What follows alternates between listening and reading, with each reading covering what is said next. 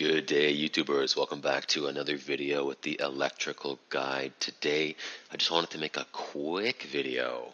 I've done a rebrand, and I took a lot of interest from the community on advice on how to do this, what you want to see, what it should look like, should it be clean, should it be busy, and I kind of put that all together, and I came up with this. I had a lot of votes for this style, so I hope you like it. I've got my new subscribe button here.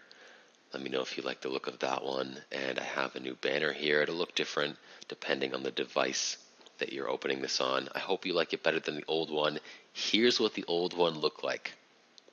A little bit retro, right? I made this myself, this old one. I had someone else with a little more artistic skill make this new one for me. Let me know what you think in the comments of this video. Secondly, I've also opened up the membership tab of my channel. And what becoming a member allows you to do is get consulting, electrical consulting from me, one-on-one. You have access to everything that I know. You can ask me questions. You can, maybe if you're here on this channel, you want to do some of these projects yourself, but you just need a little bit of guidance. Well, that's what I'm here for. Definitely cheaper than hiring an electrician.